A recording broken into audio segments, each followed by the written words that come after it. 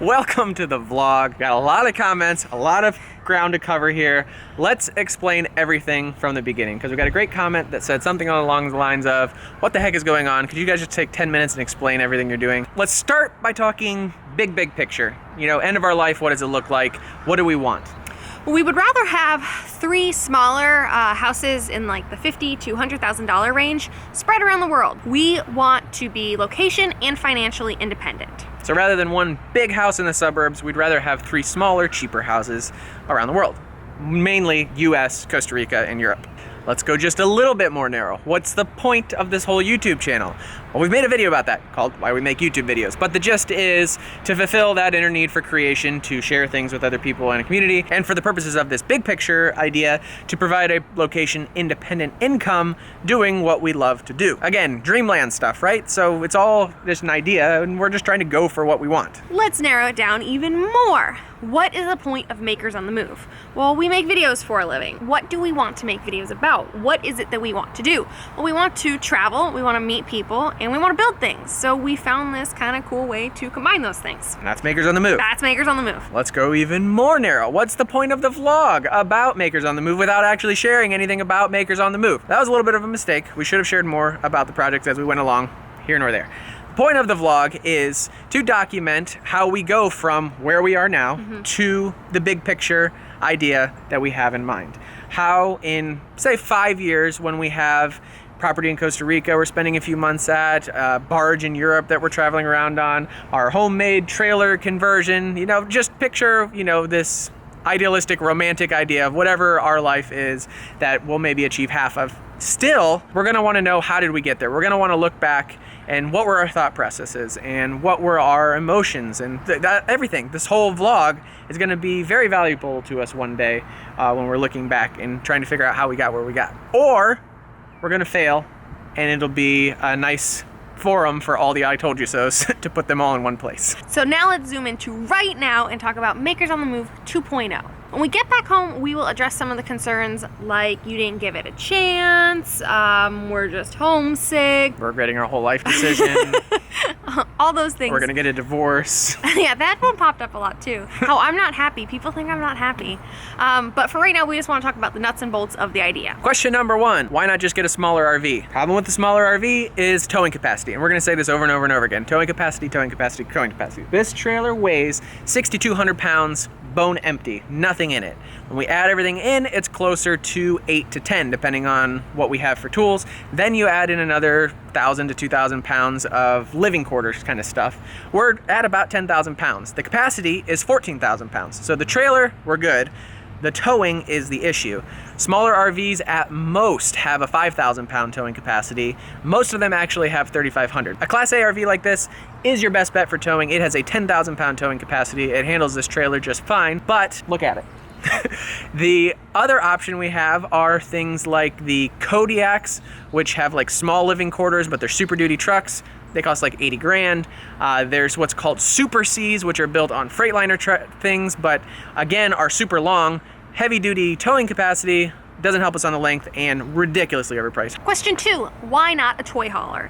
This was actually our original idea when we first came up with everything, but there are a few reasons why it didn't work out. One, they are very expensive because they didn't start making them until the mid-2000s. And I should say there are cheaper ones, but what suits our needs is a layout that doesn't utilize the bedroom as the same garage that you haul your toys. So most toy haulers are set up where you arrive at your destination, you pull out your ATVs, and you lower the bed in the back or the dinette in the back. Basically, it's all one space kind of utilized together.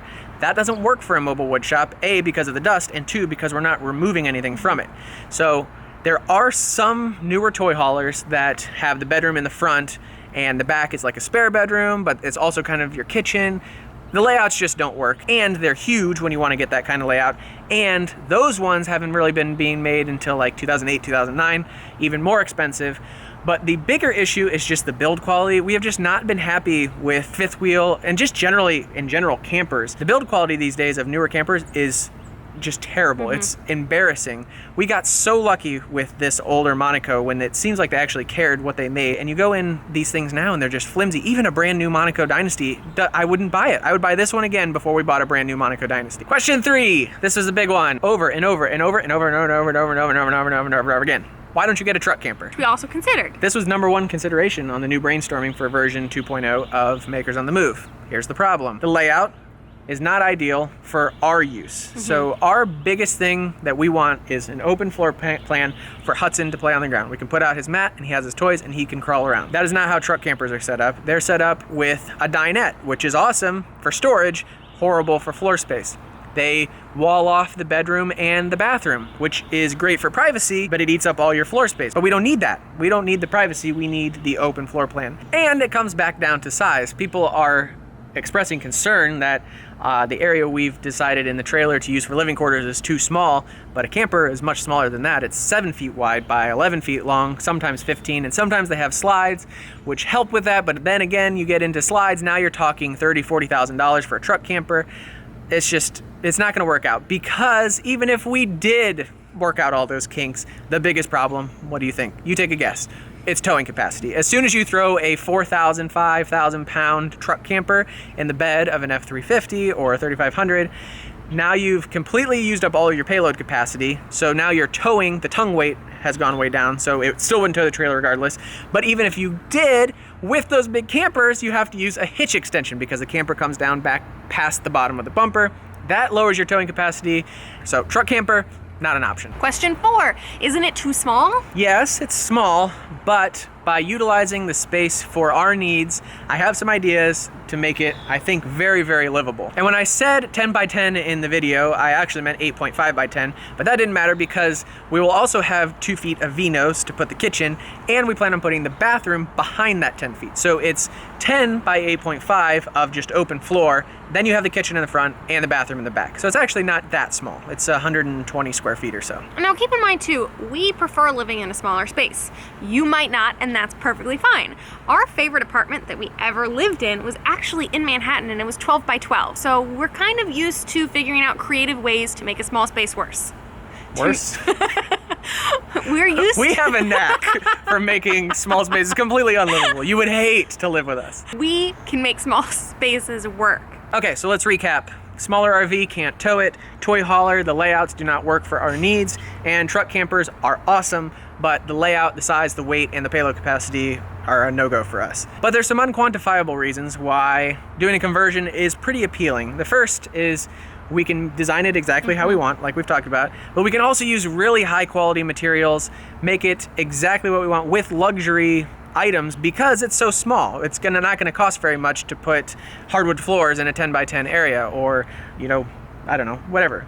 Get the highest end RV equipment you can buy because we don't need a big one of it. Which goes back again to the build quality. We're just not gonna get anything comparable to what I can build in that trailer as far as build quality goes. We also like the idea of converting the trailer because we like the idea of compartmentalizing and simplifying things as much as possible. The idea of having a truck camper and trailer, or smaller RV, personal car and trailer, is far less appealing to us now that we've done this than having one self-contained trailer that has both a shop and a small living quarters in it.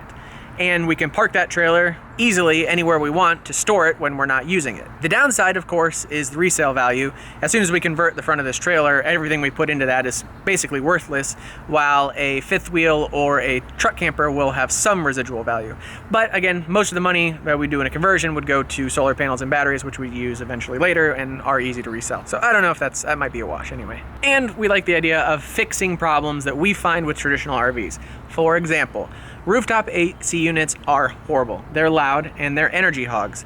You can't have a conversation in the living room when the heat or the AC is running. I want to use a mini split system that you'd normally find in a house. They use about 1/3 of the energy and they're completely silent. We have an opportunity in the trailer to make it really, really energy efficient. We can use the highest quality open cell insulation or closed cell foam insulation. We can buy very expensive energy efficient windows because we only need one, and things like that. So we can kind of fix the problems that we've found in our RV by doing it ourselves. I think that's sort of everything. That wraps it up, at least answers the nuts and bolts of the conversion. And I know you guys still can't see it in your head. You see us sleeping, you know, next to the table saw in the trailer. That's not what it's gonna be like. We're gonna divide the trailer in half, have a luxury living quarters in the front, and have a kick butt workshop in the back that's easy to tow around, easy to store, and hopefully easy to live in. Mike's got some SketchUp stuff that you'll be able to see here in the near future. I've been working that'll on help. it. Bye.